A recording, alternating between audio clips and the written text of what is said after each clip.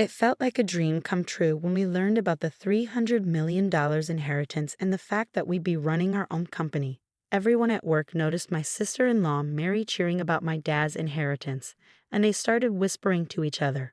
Mary was really happy, saying proudly, "Shit, this is when my husband gets the company and $3 million." One of the employees burst into laughter when he heard that. My older brother, sitting next to his confused wife, was reading the will from the lawyer. His face went pale as he read it, and he showed it to her. She screamed when she saw it. "My name's Lucy. I'm 29, and I work for my dad's business. When my dad was young, he started this business from scratch. Now it's grown quite big with lots of employees. But when he started, he had to deal with a lot of debt, and even as a kid, I knew it was tough for him. Even as the business grew, I wanted to help out my mom, who mostly did office work. My parents told me to go to college and choose any career, but I always wanted to work for Dad's company. That was my goal after high school." Bob, who's been working here for a long time, was the first one to show me the ropes when I joined Dad's company. He taught me all about business without treating me differently just because I'm the boss's daughter. Thanks to Bob, I got to learn a lot about how the company runs. On the flip side, my brother Tom, who's just 2 years older, went to college to study management. Since he was young, he proudly told his college buddies that his dad owned a business and that he'd one day take it over. Tom's friends would ask him, "What's your plan after college, Tom? Are you going to look for a job?" Tom would confidently reply, "I won't need to find a job because I'll be working for my dad's company. I'll become the president eventually, so I'm taking my time to learn management until then." One of Tom's friends said, "So you're going to be the next president of the company? Your future sounds safe and secure. I envy you. Tom, you also have a younger sister. Won't there be a competition over who gets to take over the business?" "You mean my younger sister Lucy?" "Nah, she's just finished high school and isn't into all this business stuff." "You say that a lot." "She seems to be involved in some behind-the-scenes work for the company. If I become president, I'll keep her around as long as she follows my lead." Meanwhile, my brother was spending money recklessly and goofing off, pretending it was all part of gaining business experience. He knew that if he acted the part, his friends would admire him. There were plenty of women eager to date him because he was slated to be the next president of the company. My brother chose the most flashy and attractive woman to marry Mary. They had a grand wedding, went on a luxurious honeymoon abroad, built a mansion, and started their married life together. All of this, according to him, was to secure his position as company president. Mary seemed happy with her life alongside Tom, who granted her every wish and let her enjoy all the luxuries life had to offer. I'm pretty sure she wouldn't want a life like mine, where I work behind the scenes with my mom and my dad's company. "Lucy, you don't seem like the boss's daughter, do you?" she asked. "You don't act like the daughter of the company's president." Mary would often chuckle and give me funny looks when we saw each other at family events. "I'm not into living extravagantly," I replied. She stared at me as if I were something odd. "I feel bad for you. You're the daughter of a company president, but you don't know how to enjoy money. You live with your parents and have lots of money, so you don't have to work as hard. Plus, with your status as the president's daughter, shouldn't guys be chasing after you?" My brother nodded. "Yeah, that's right. Lucy's always been so humble. No one would guess her dad's the president, and she treats the other employees like regular people. I'm still learning a lot about my job, and there's plenty I don't understand yet. Many of my coworkers are better at their jobs than I am, so I can't act like I'm in charge," I argued. But my brother looked surprised and said, "That's why you're not very useful. A boss should be confident so they're not disrespected by their employees. Let others handle the simple tasks. It seems like Dad and I are the only real bosses here. Don't underestimate your employees, no matter how powerful you are." Dad taught me that. I tried to interject, but my brother interrupted me, looking annoyed. "Men don't like women who think too logically." Mary chimed in after my brother, "If you keep talking like that, you'll never find a husband. You should try to be more appealing, don't you think, Tom?"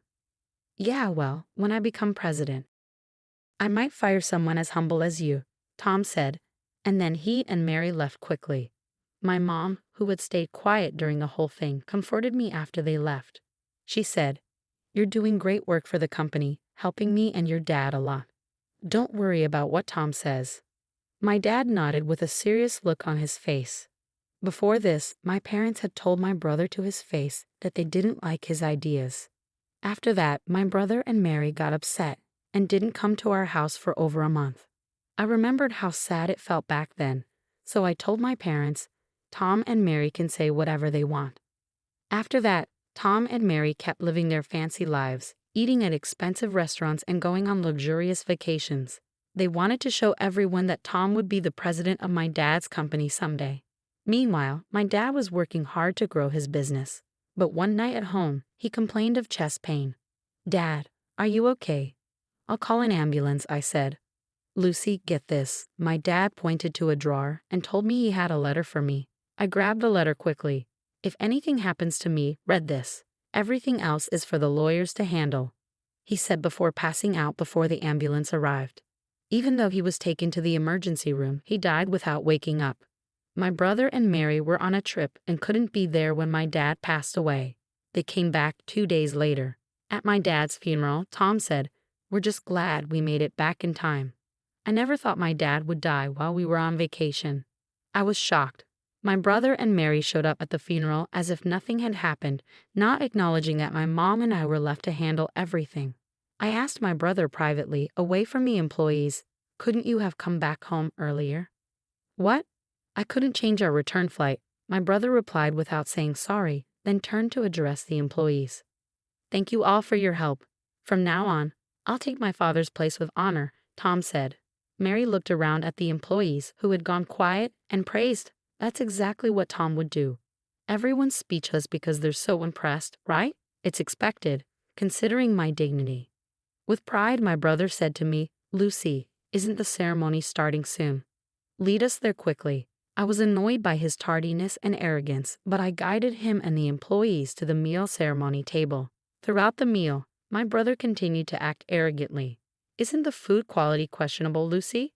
It's not befitting of our father's status as president. Mom and I already discussed it, and we agreed on the food. Plus, I don't mean you telling me what to do.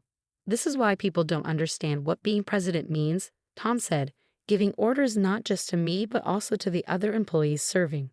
"You're useless," he added. I hurried to intervene when he ordered Bob, a longtime employee, around. "Tom, that's too much. Don't disrespect Bob. He's not just anybody. Why should I act humble in front of a mere employee? They should respect me as the president," he argued. Mary joined in, backing Tom up. "Exactly, Lucy. Don't talk down to Tom, the company's president. If you keep disobeying him, he'll fire you. He's got the power," she warned. As my brother and his wife continued to speak loudly, a man suddenly appeared. "I apologize for interrupting. Your father asked me to handle his inheritance," he said.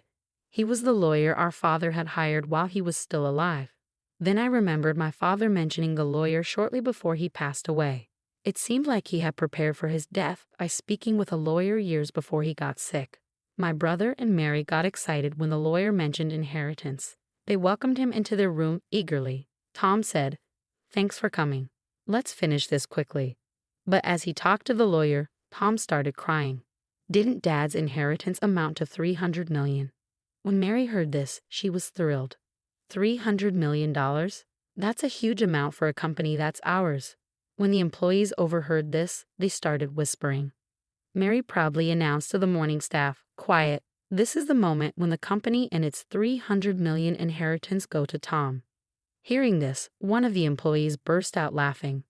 My brother had the will in his hands, reading it with Mary beside him, who was curious about why the employees were laughing. But as he read on, his face turned pale.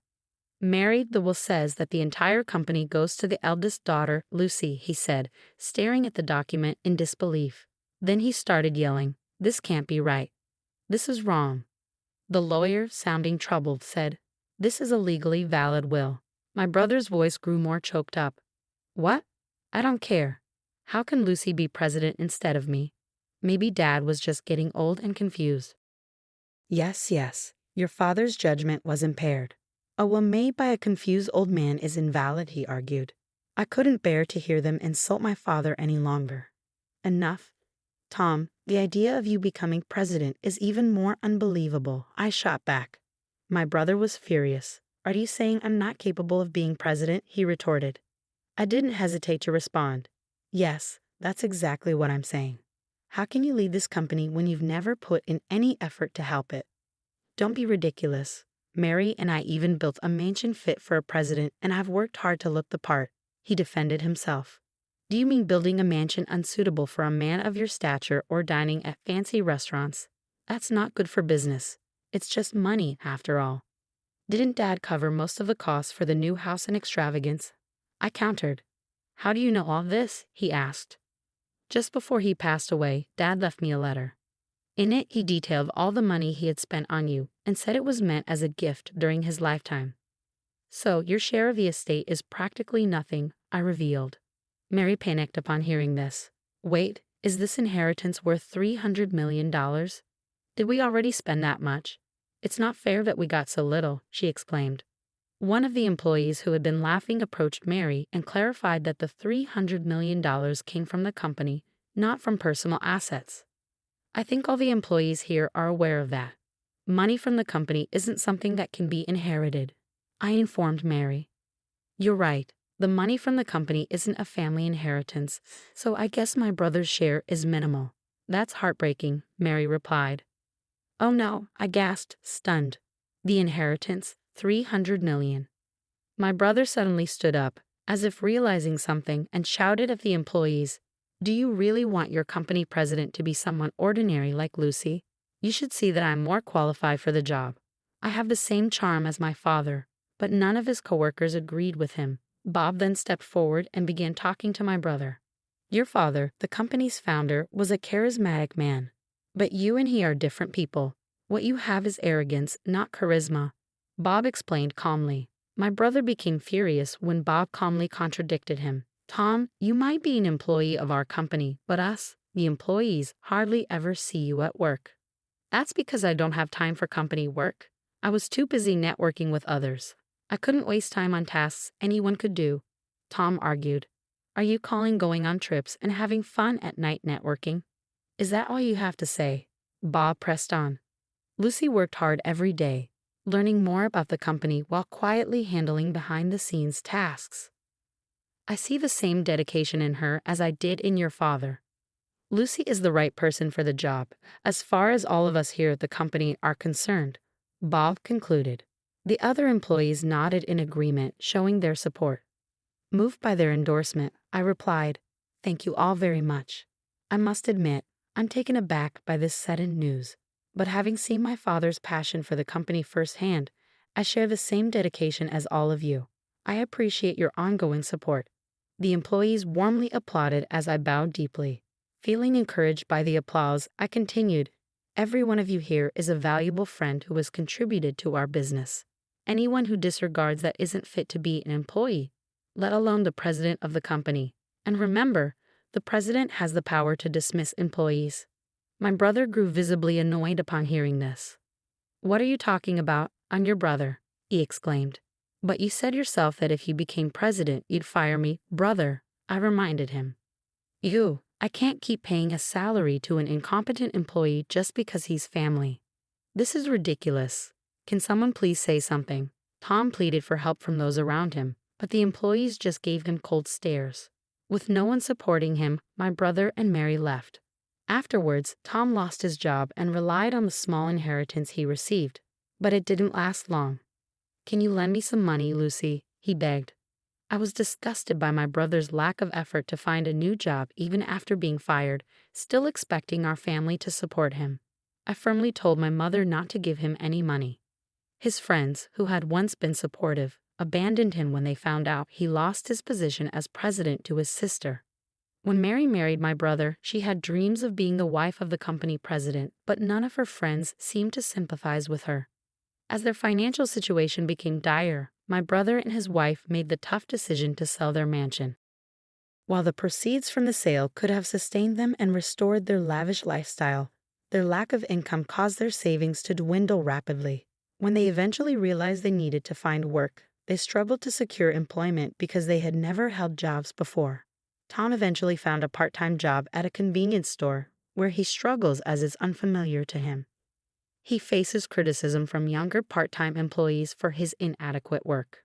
Mary also had to give up her role as a full-time housewife and now works as a cashier at a supermarket for a low monthly salary, alongside the part-time housewives she used to mock.